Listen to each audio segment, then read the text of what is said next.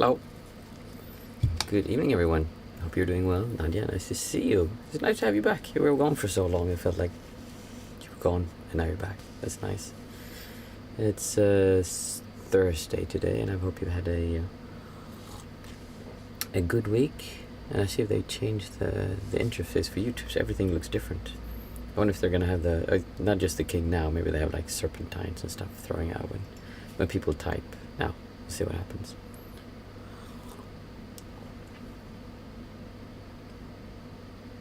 Hey JUB, namaste.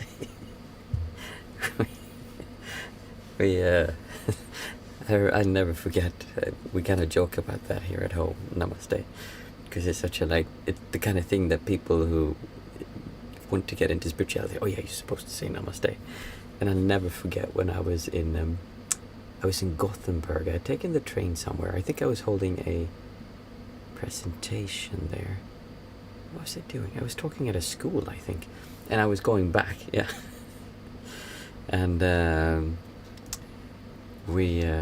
was walking alone, and there were two young girls who came by, like teenagers, and they saw me, and like since it's spiritual, and then you see a monk, and she, like, one of the girls, she kind of stopped and said, like, namaste, she said. And the other ones are like, what are you doing? What are you doing? No, you're supposed to say that. It's just like me so hard, because it's how, yeah. So we here at home, we kind of joke about that. We say when we want to be like real spiritual, namaste, and then we say something after that is not appropriate to say here. I'm sorry, I don't want to be mean, but it's nice to have fun, because yeah, exactly. You have to fight about it now. It's it's so fun, like all the things people do to want to be spiritual, and come up with all these ideas of what it means, and it ties into, you're supposed to have a certain behavior, you're supposed to know certain words, you're supposed to do certain rituals, and then if you do those things, then you get rewarded by the people who came up with those ideas, or by some higher being, kind of. And it's from the perspective I have now, it's just completely insane to approach practice that way. Actually, just today I was thinking about how I talk a lot about how it's all about enjoying and feeling good, and there's a lot of people who find that offensive. It's kind of, well, how can you just struggle? You can't just enjoy, and then immediately, as I say, enjoy being alive, and they say, no, I cannot, and they can list 1,000 things of why they cannot be happy, because, well, there's war, and there's these things, and don't you know what they did, and like all the animals that are killed for food, and they're so angry about things, and society makes it really difficult for us. Oh, sorry. I have this one here. I hope the sound is a little bit better now. I had it really far away. Can you hear me better now? I think I must have sounded like I was far away. I see. Can you see it? No, it's perfect there, I think. What was I saying?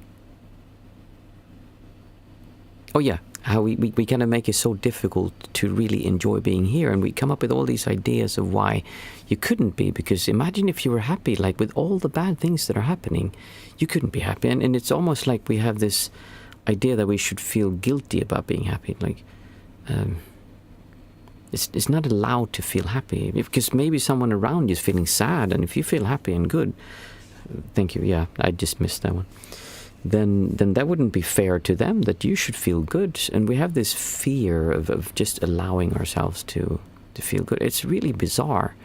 And the more you look at it and you see how people behave, and how we ourselves, like I discover this when I look at how I'm behaving, of course, because I'm like, why is it so difficult? I had yesterday, me and my fiance Marilyn, we were out walking, and we were walking by the beach. By a river, and we were going to have some food, and we were walking there, and the sun was shining, it was beautiful weather, and the seagulls were singing, and there was this like feeling, oh, it's summer, and I got the vacation feeling, which for me, vacation feeling is very close to being non-centric, meaning that you don't feel that you're there, because you're just experiencing it, and the world is beautiful and enjoyable, and just walking there was so nice, just holding her hand, and we were just feeling the wind in our face, and it's kind of contagious. And then she started feeling the same way, and we were just walking there feeling good. We didn't need to do anything, we didn't need to eat, we were just enjoying being alive. And then if I think back on that now, it didn't require anything. It didn't hurt anyone else. It was just allowing ourselves to feel good in that moment. And how that's so nice to experience life like that. But after that, when we were sitting down and eating, we were having a conversation and something came up. There's certain things that really hit us that are deeply ingrained in how we distort or relate to the world around us. And I listened to you all tell your inner darkest secrets here on the group coaching, and I kind of know some of the things that you come up against. And when we bring those things up, we go from feeling good and enjoying to, and it's kind of, it's almost like it clamps down. And especially if you've been feeling good and walking around and enjoying, it's almost as if like there's a shift and now I'm feeling this way. And I don't want that, but I can feel how I'm going there. So the thing to do when that happens is we then tend to go in shadow work and say, I'm going to go in, I'm going to dig around in that and see where it comes from and really feel all the bad feelings and bring it up to the surface and see how I'm this and accept it. Like, just like really make the story bigger instead of just the way that I try to do this. It's not always easy because this is something that is really almost trauma for me, kind of. So I would look at how did I feel before that? Meaning I would think of, before this, we were walking along this river, we were holding hands, the sun was shining, and it felt like it was vacation and summer, the way it did when I was a teenager, the way when everything was light and easy and there were no troubles in the world. It was just fun to be alive. Life was exciting. No responsibilities, nothing I had to do. Even though I had to do things, I just didn't feel the responsibility or the feeling of having to do. And then just because we discussed one thing, then it kind of popped out from that. And it wasn't a conflict between us. This was something outside of us. So it had nothing to do with where I was or the person I was with. This was something that just kind of, from the outside, kind of just smacked me in the face. And it's like, why? This is so dumb. This is really silly. Why am I ruining this moment? Because there's something that's always been there. It hasn't changed. It's still there now.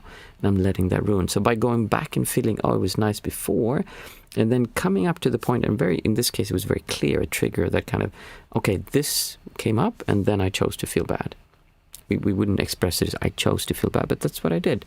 I considered that to be important enough to feel bad about. So I'm now allowing myself to ruin this very beautiful moment. And she didn't even realize it until I was like, and I kind of pulled back and I started trying to find my way back to feeling good. So it really is as if though we make it really difficult for ourselves to feel good. That was just like something that happened to me that was very strong. But I mean, if you look at your own life, you'll have things that you might want to feel good about, but there's shame, there's guilt. Or many times when we feel insecure is because we feel that if I feel insecure, then other people will see that and then I'll get love and acceptance back. Because if I don't show that, I'm so sorry, or like, I'm worried about this, then we don't get the same kind of appreciation or acceptance. So by looking at this and just giving that to yourself, allowing yourself to feel good, then you kind of skip that whole part. Nadia, I was on high alert danger state living at home as a child. So I feel like I can't get too happy because something bad. Exactly. Like you've been conditioned and trained to don't allow yourself to feel that way because then it will be ruined. And that shift going from, as I felt before, to shifting over to feeling, but it wasn't that bad, but it was something that came up. And in contrast, feeling that good to feeling something bad is just painful. Now, you've been trained to feel bad, so it's difficult for you because the contrast between feeling good, as a child does most of the time, more often than adults at least, and then flipping over to feeling bad, that really hurts. And eventually we're so afraid of this little patch here that we just kind of go, and then we pull back and we don't allow ourselves to live life. Because life is enjoyable, life is fun. And again, if you come up with all these excuses, why, well, there's this and there's that and there's pain and we're all going to die and like what's going to, and then you're just making excuses as to why it's not okay to feel good. It might sound harsh, but that's what we're doing, and I'm there too.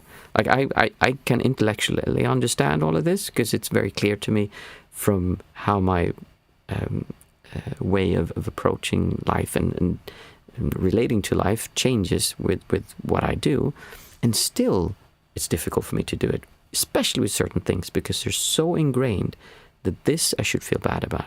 When this comes up, I should feel this worry or fear. See what people are saying. JVB, I think that there's a time and place for everything. There's a time and place to feel happy and enjoy what you have, and there's a time and place to think about others to help them. Yes, absolutely, but why not feel good when you think about others? What is it that you believe makes you responsible to feel bad for others?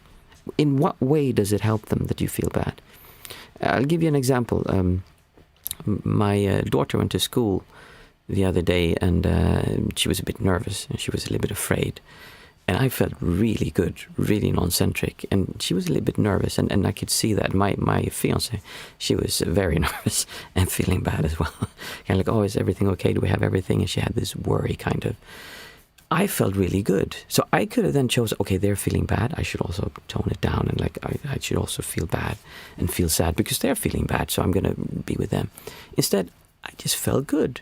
I didn't overdo and like tell you, yoo-hoo, we're going to like dance and just kind of not allow them to feel bad. But I felt good. And my daughter, when she was nervous, I would hold her hand and I talked to her and like, how does it feel?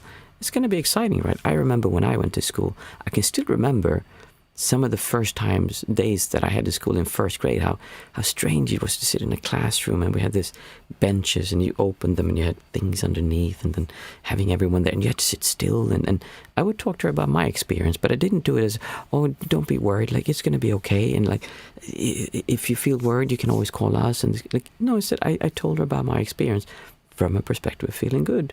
And it was much easier for her. And it makes life much easier for the other people around you because it is nice to be around someone who is happy. It is nice to be around someone who feels good. I didn't say I feel happy and I feel good, so I'm not going to touch you guys. Well, no, I'm not going to deal with this. You guys go away and feel bad. That's not what we're saying. There's this idea that we need to feel bad when other people feel bad because otherwise we're not considerate. Again, I'm not saying they feel bad and then you start playing loud music and just start dancing. Like, that would be disrespectful. That's not what I'm saying. I'm saying don't give yourself so many reasons as to why you shouldn't feel good. I have learned to not be afraid of happiness. That's very good. Hey, Mats, nice to see you. Nadia, is it her first grade? I'm sure she would be perfect. Yes, it's her first grade. So she's a little bit nervous, but also she's like the perfect person to go to school in so many ways because she loves learning and she loves just, yeah, unfortunately being a good girl is unfortunately something she enjoys doing. Not at home, but there. She likes to understand what to do, so I think she'll fit right into the system of school when she's supposed to sit and learn and read, and it's something she's very good at. She finds it really interesting with languages and with like reading and spelling and writing and math. Like, she can already read, and she's 6 years old and she can read and write and do math. Like, I remember when I started first grade, we did O, Ä, Ö, which is like the 3 last letters of the alphabet in Swedish. And then O means a river, Ö is an island. And then we would put those together, like O's is like the stuff that comes off of the pot. Like, she can already like read and write and she speaks 3 languages fluently, Swedish, English and Dutch, and she can mix between them. It's just mind's blown. She can do math, she can count. She's like, I don't understand. Like, I was completely dumb in comparison to her. So she just has an easy time with it and she thinks it's fun. It's not because we were pushing her to do this. I'm obviously proud of my daughter, but as you can hear. But she really has an easy time with this. She will be fine. It's just the nervousness of other people, and she can be very insecure. She has other things. My son is incredibly secure. I do what I do, like, screw you guys. If you don't want what I do, I'm going to yell and scream. But he's not so interested in learning stuff, and he learns languages, and he learns because his sister does. He's probably very intelligent also, but he doesn't have the same kind of interest in learning that she does. The bigger question is, where is Mindful Mama? She is putting our kids to sleep right now. Look, there she is. Sorry, she's not putting them to sleep anymore. I wouldn't write my name in first grade.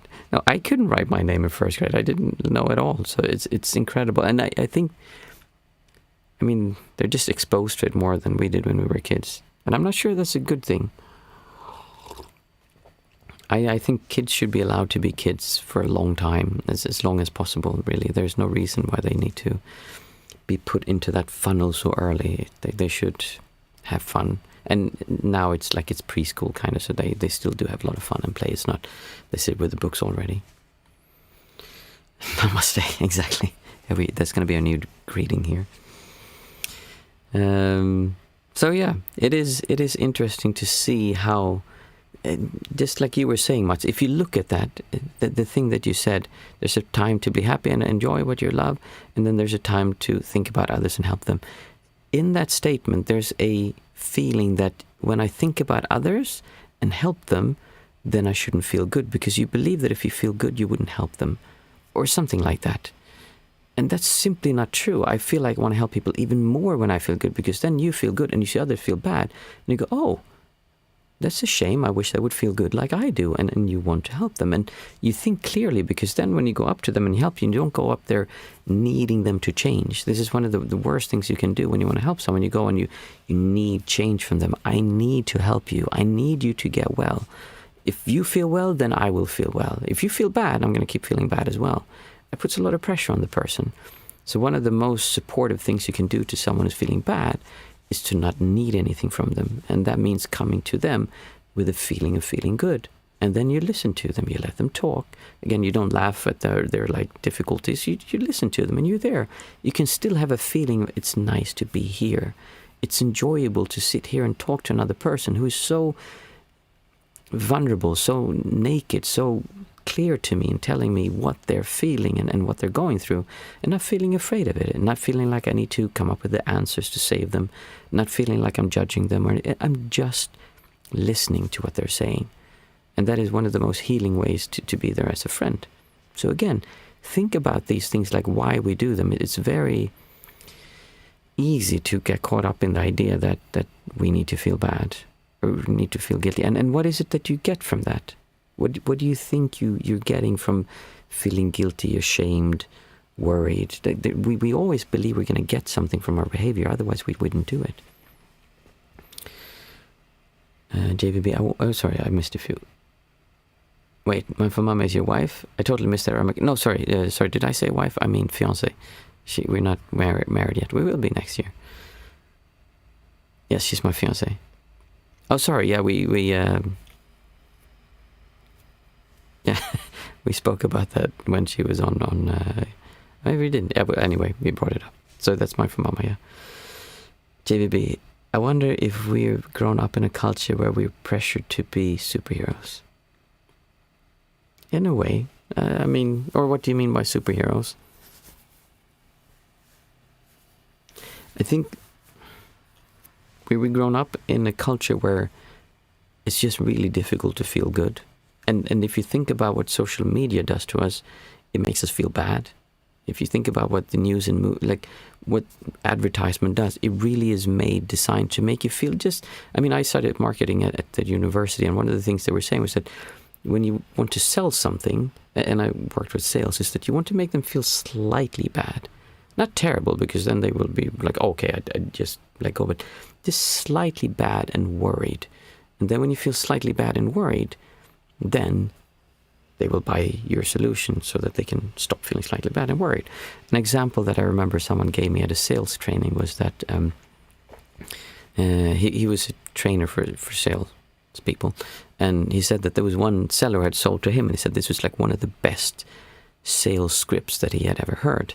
And he completely went for it himself. He said that he called his insurance company, and he was asking a question about like some kind of insurance that he had. And the person on the other end had said, so when I have you on the line, can I just ask you something? Do you have life insurance? And he said, no, I don't do it. Would I need that? Well, have you ever thought about what would happen if on your drive home you would have an accident and you wouldn't survive? What would happen to your family, your wife and your children?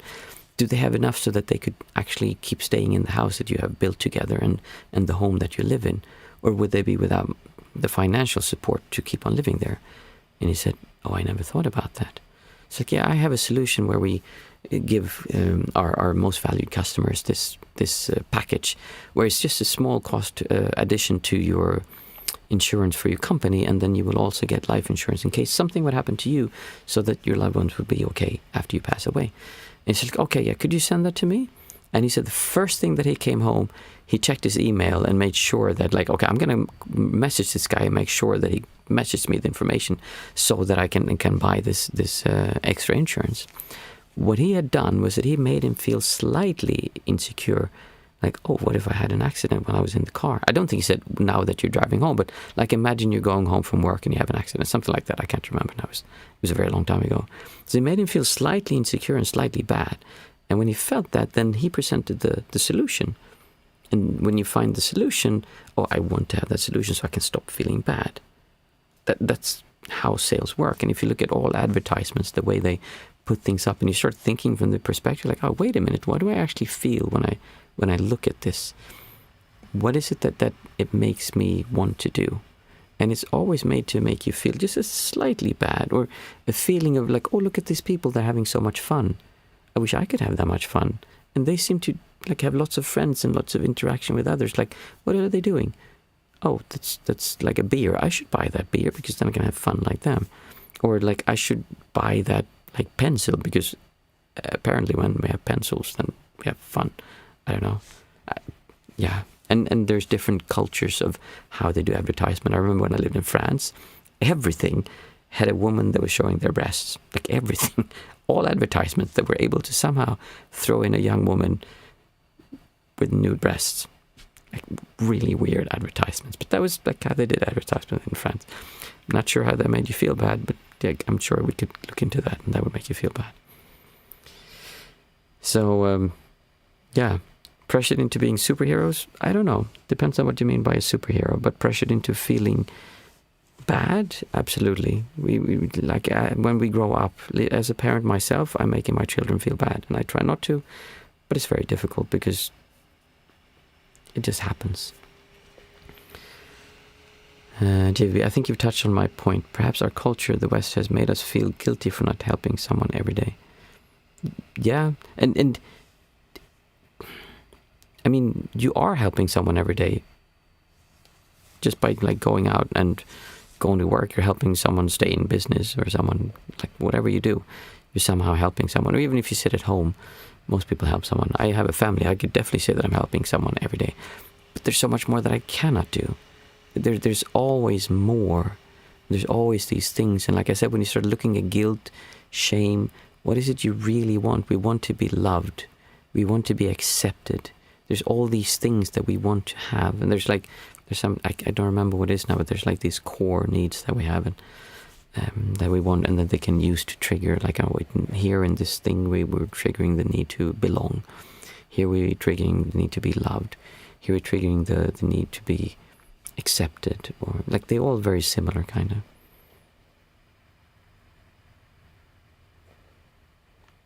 One of the things that really changed for me when I was a monk and I was sitting down with people who were feeling bad was that before I would sit with someone and I would want them to feel good. I needed them to change for me to feel like I was doing something good. But when I was a monk and I was sitting with people, my only way of really approaching it was that I looked at, how do I feel?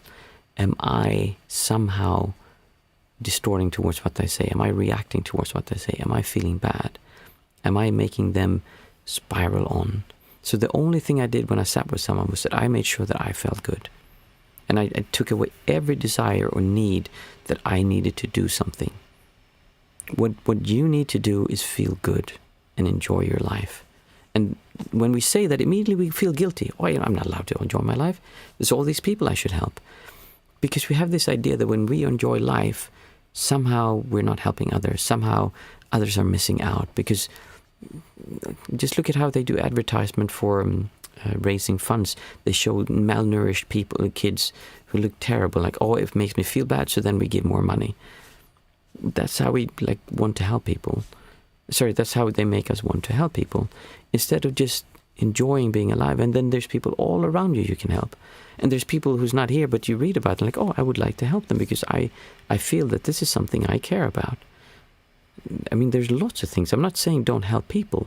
I'm saying don't feel bad. But there's this belief, if I don't feel bad, I wouldn't help people. We just been raised with this. And think about this. If you're feeling bad, and especially if you're having a depression or you have issues with bipolar up and down or whatever it is you're going through, and most of us here have gone through stuff like that. I mean, everyone here, I think, has gone through difficult phases in their lives, or even now continuously going through something like that. How much are you helping people around you when you're like that? How good support are you for the other members in your family or people around you when you're feeling bad, neurotic, depressed? Like this, one day you talk to them and then they talk to you and you're like, oh, I'm so happy and I'm feeling good and everything. And the other one, you're angry and upset about everything. Why wouldn't or why shouldn't your main goal be to make sure you feel good? Kind of in the airplanes, you know, before you put on the mask on your child, you should put it on yourself. You should first put on the oxygen on yourself, then you put it on the child, because if you pass out, you cannot help your child. So you need to make sure you're okay. It's very similar with this. And if you feel guilty about this and all these excuses you have, like, no, I couldn't think about that. It's kind of crazy. It really is, if you think about it. So, yeah. Does this make sense? It would be so funny if I saw like the view count just drop and everyone left. I think that kind of answers what people think about it. In fact, there are many Buddhist traditions where they make you feel bad. It's one of the objections I have to Plum Village is that they're so engaged with the world that they make it very difficult for themselves to feel good, because everyone should be doing more. Everyone should be a vegan. Everyone should be kind to others. Everyone should do all these things. And I really think it's great that they're working towards that. But to do that, you need to first have a strong, stable basis where you feel good.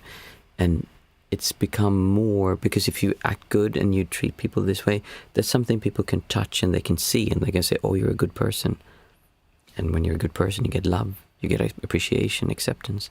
So you focus more on doing these things than making sure that you have your oxygen mask on yourself first. To be right, we can and should help when we can, but when we are pressured to meet a certain threshold of help, that's when guilt can kick in, because you'll eventually feel less than the threshold. You don't need to do anything. There is nothing that says you have to help anyone. Why? You don't need to do that. I mean, it's great if you do, and if you feel good, the odds of you helping others are really, really high, because someone who feels good is much more likely to help others than someone who's feeling bad. Trust me, when you feel good, imagine if you're walking down the street and you're feeling like I was telling how I was walking with my fiance, Marline, and I was just feeling good and we were holding hands and everything was nice. And someone was cycling and they fell over and they were drunk. We immediately stop and try to help him or her, because they were like, well, of course, it's just a very natural thing to do. Like, why would we not? But if I felt really grumpy and I was in a bad mood, and I'm angry with, and we had a fight, do you think we'd stop and try to help that person who fell over? You'll feel less than the threshold of help placed over you. Pressure to meet a certain threshold of help.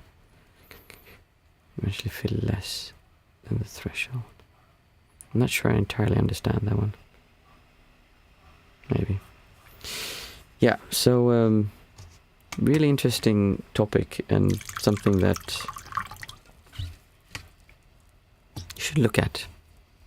Again, it's not, if you listen to me and say, oh, okay, yeah, I agree with that, that's good, now I get it, I understand this now. No, you missed the point. It's not about agreeing with me. You can say that I'm an idiot and don't agree with me at all. It doesn't really matter.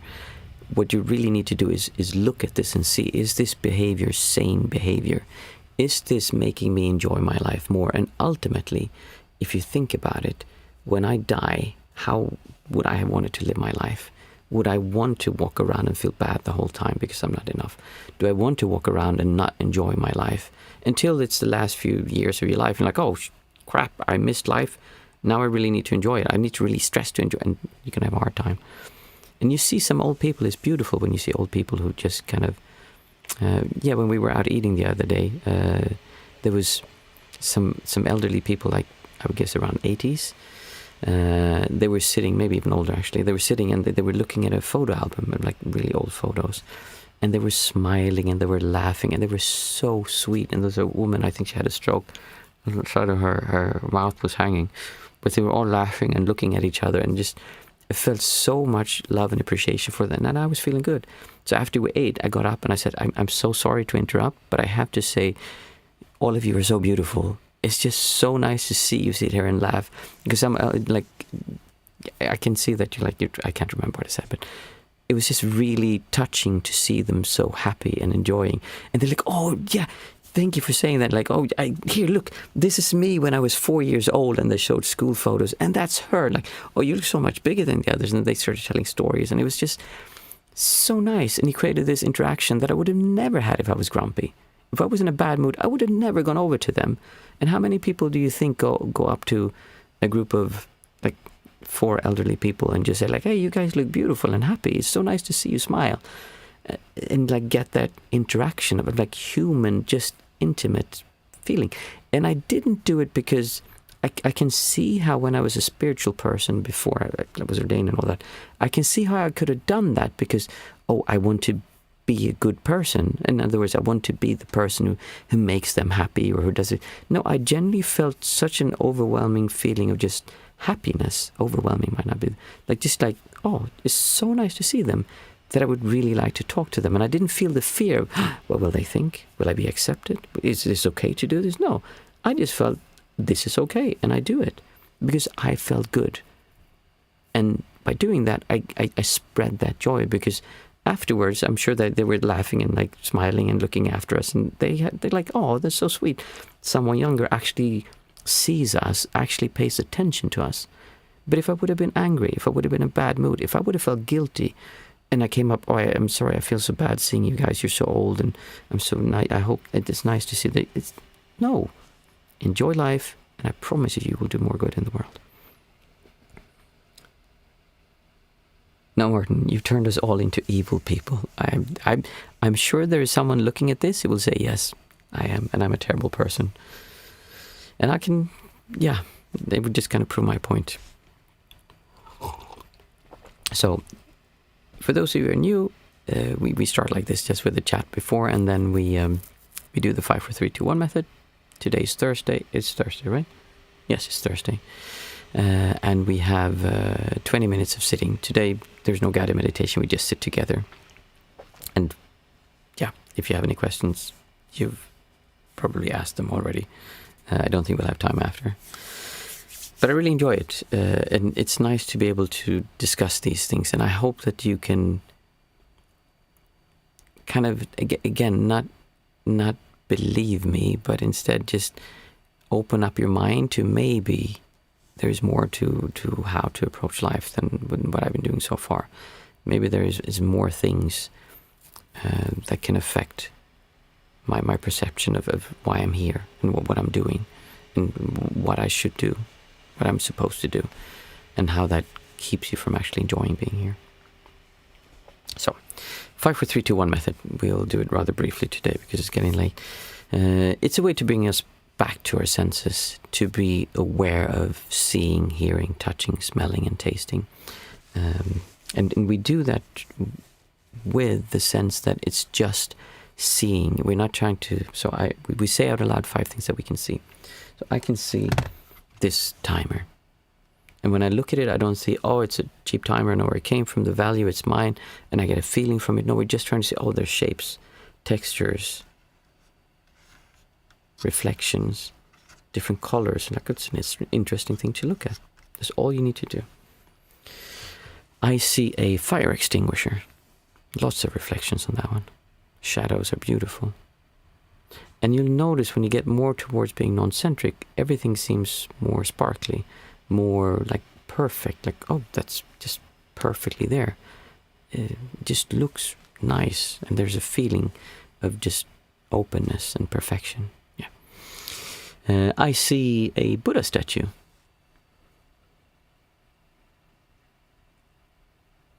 made out of wood. There's a lot of interesting structure to that. I see a lock.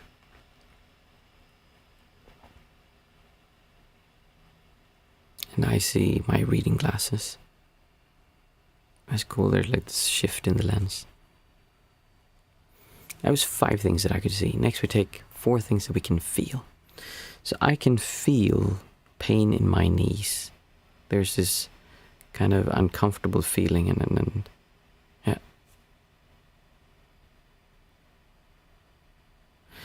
I can feel my woolen sofa.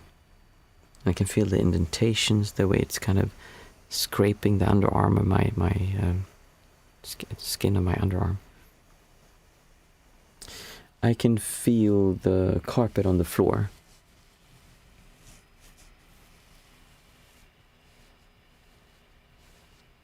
And I can feel my metal thermos. 5 things that I could feel. Sorry, no, there was 4 things I could feel. Next we take 3 things that we can hear. I can hear the sound of my computer. It's making like beep boop beep boop. No, it's not. I can hear cars passing by.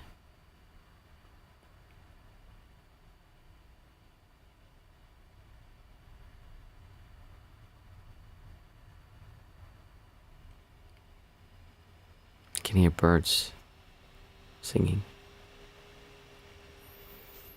3 things that I could hear. Next we take 2 things that we can smell. I just drank my tea and there's a strong scent of vanilla. It's almost like cheating. I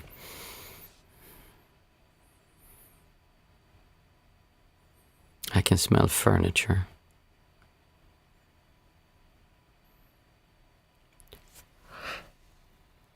Oh, 2 things that I can smell. Next we have 1 thing that we can taste. I'm not sure if it's a taste, but I can smell taste. Bad breath.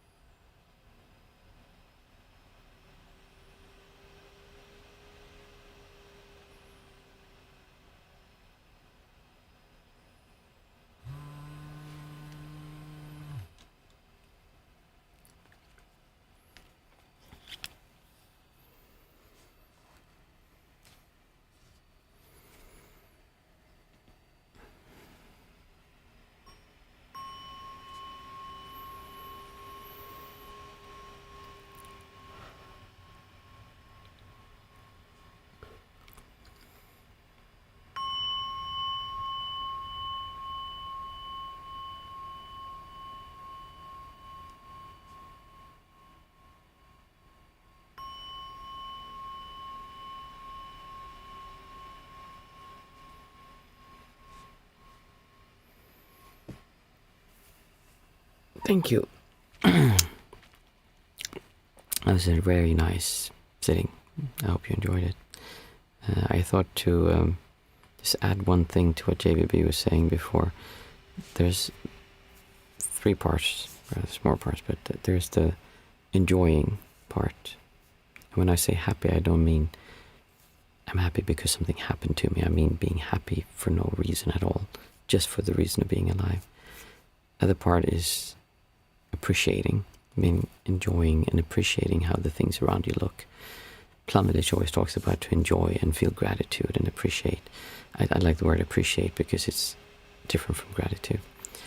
Lastly, there is another part to it, which is, I call it the I'm sorry, please forgive me, thank you, I love you part, where you take away the resistance to others. In other words, you want others to be well.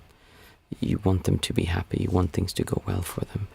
That's a big part of it, because otherwise you have resistance towards them. I wish you all a pleasant week, and I will see you on Monday. Have a great weekend.